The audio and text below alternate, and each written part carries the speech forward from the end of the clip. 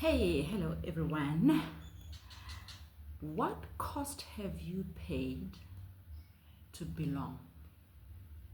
When I say to belong, I mean at times we stay in certain environment, we stay in certain relationships because of something that we value, which we find ourselves actually sacrificing for the things that we could have actually enjoyed or loved for the sake of belonging. This is the focus of our topic today. What have you paid? What cost you actually How much for you to belong? How much has it costed you? Yeah. For the fact that you wanted to belong, can be in a social grouping. It can be from a religious point of view. Yeah. It can be from education, Professional. your profession that you are Maintaining a in. certain Status. Yeah. And then also in terms of our social status, wanting to be in a particular place. Yeah. Where particular people stay, so, and it's quite a number of things. Yeah. And then it will also come into a space of relationships as well, whether as a friend, the friends that you belong to, The type of group friends that you are hanging around. you're hanging out. Yeah, you're hanging around. It can go into the very same relationship, your boyfriend, your girlfriend, your husband, your wife, Even family. Even well. family. Yeah. What has really caused you to stay in that environment? That Definitely. environment, yeah. I think that this one is even Hitting the mark. yeah. Yeah, that's basically the topic. And Because it's not something that you can choose. you mean what, in terms of family? Yeah. Okay, yeah, it's given, but it doesn't change the fact that you have the right on how you're going to associate with them. Yeah, you still have the right. They will remain your family, but you can decide, this is how far I go. But some other people find themselves in spaces like that as if they have no choice. Yeah. So yeah, what has it cost to you? What was the amount you had to pay really that you belong in that group? Remember, let's take for an example, in political spaces. It is very difficult for certain people to even change from one political party to the other, because if you move, there's something you're going to lose by the fact that you moved from here to this other political party. If you change your political views, immediately there's certain things you're going to lose. Which takes me to the point of why is it so important for us to feel I need to belong to a particular group? Yeah. Like, what does it serve us? What does it serve me to say, I am Wanamola, or I am of political party SO, or I am married, or I am a lawyer.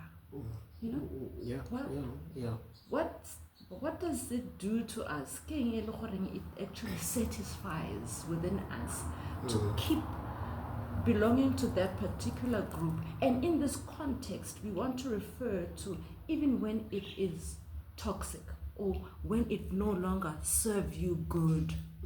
Yeah, absolutely. Yeah, when it no longer serves you good, but you still feel, the need to say, no matter what, we're thinking, I can't not be Dr. Smama.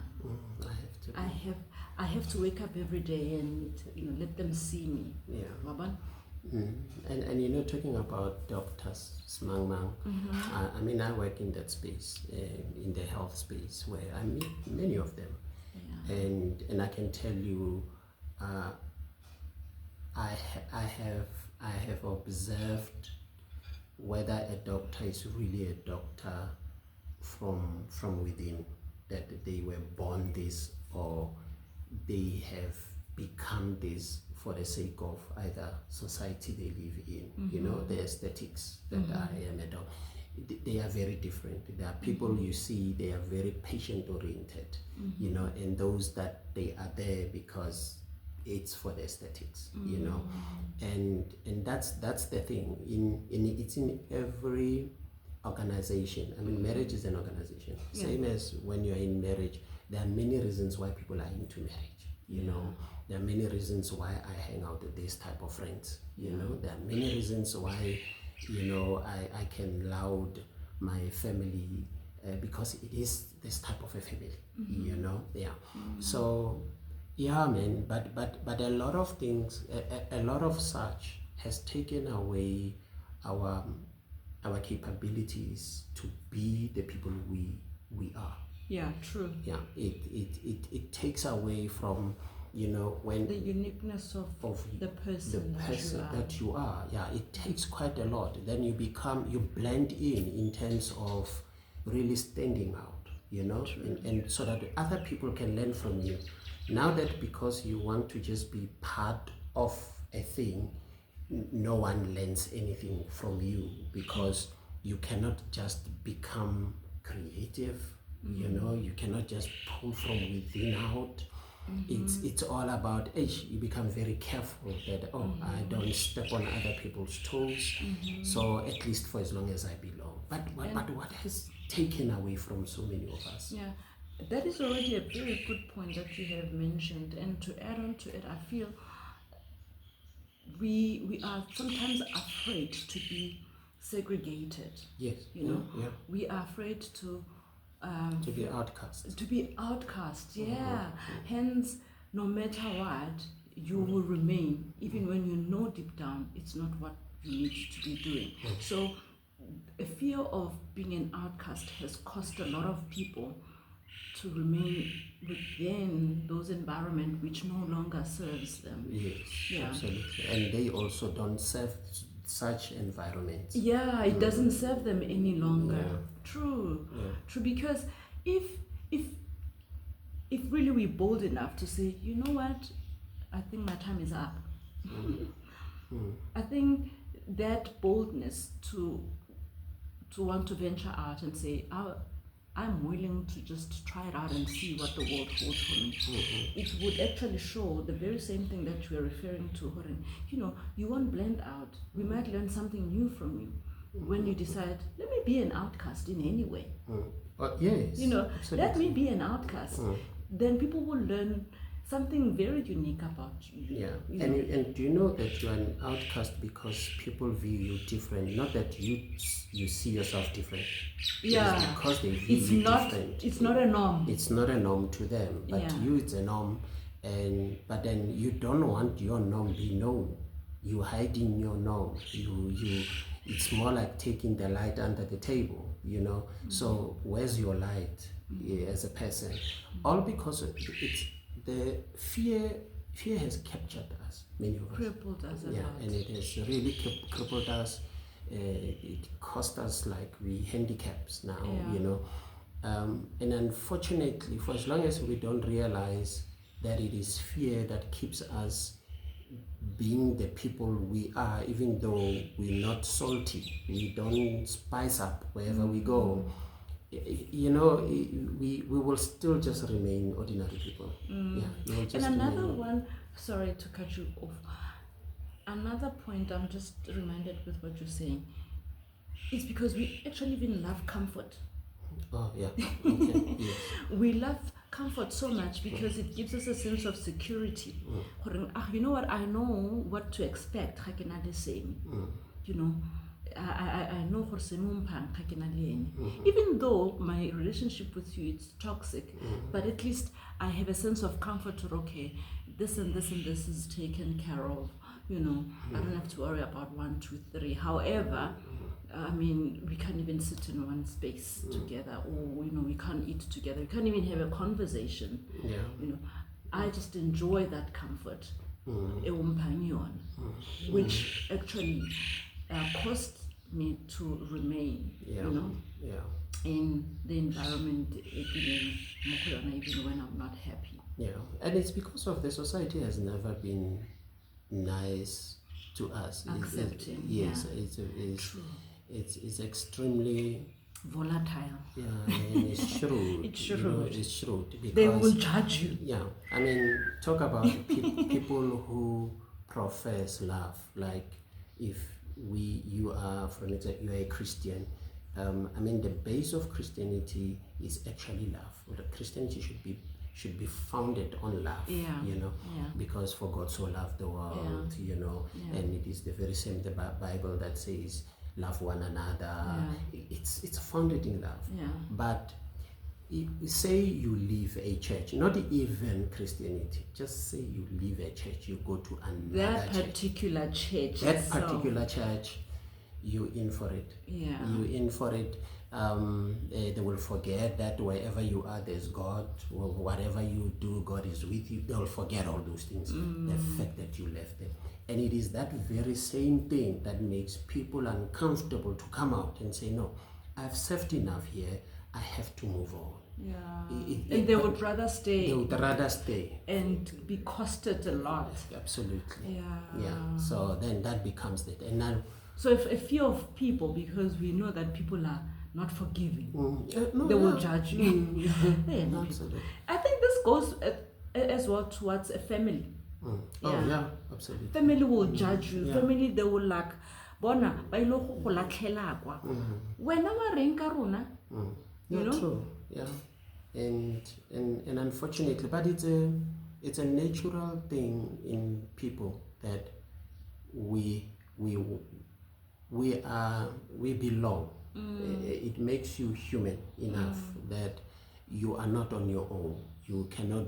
If people say if you want to run fast, run alone. But if you want to rather go far, then be with people. So it's in that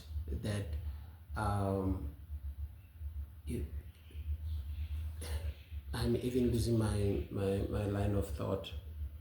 It's in that where sometimes it no longer serves us.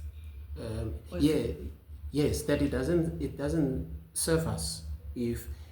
No, actually, I was coming from saying why people want to belong. It's in our nature that we want to belong, and we have to belong. Yes, actually, we have to belong. That's human nature. That's human nature. True. Problem comes when we think belonging means at all costs. At all costs. You understand? But then the belonging is when where you belong serves you and makes you or develops you even better. But when you're done with development, you cannot stay in grade 1. You have to go to grade 2. You must find yourself in grade 12. At some point, you must get to university level. It is life. It's not like you may not be relevant anymore, but you're still feeding. There's still certain things that you learned from grade 1 that make sense even in your grade 12. Sure. Because it had to be a brick over a brick to build a house, So that very brick you started with, it's still very relevant though. True. Marino to you.